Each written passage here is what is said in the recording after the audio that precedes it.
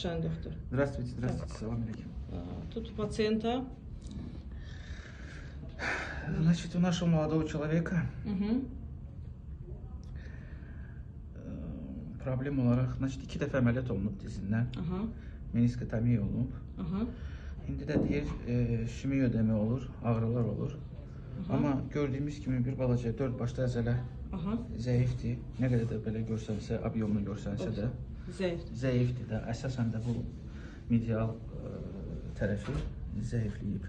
Dizinin özünün də özünüz görürsünüz ki, şişkinliyi var. Bunlar belə hallarda məsələn insanlara nə məsləhət verə bilərsiniz? Yəni ki, gündəlik gəzişdən sonra mı deyim, yaxud idmandan sonra mı deyim, buz qoyulur, sözsüz, diz üçün çox yaxşıdır buz. Və çalışmaq lazımdır 4 başda əzələni qüvvətləndirmək. Bəli, bəli. Nə qədər də bu qüvvətli görsənsə, bilmə bunun çəkisinə uyğun deyil, bura düşən güc daha da artıqdır. Ona görə ümumiyyətlə dizin özünün şişkinliyi görünür və özü dediyi kimi də hər gün buz qoyur və bir dəfə çıxıb məşq eləyəndən sonra, yaxud deyim futbol oynayandan sonra deyir, ağrıları və şişkinliyi artır. Tamam. Ona görə belə. Oldu, çox sağ olun. Buyurun.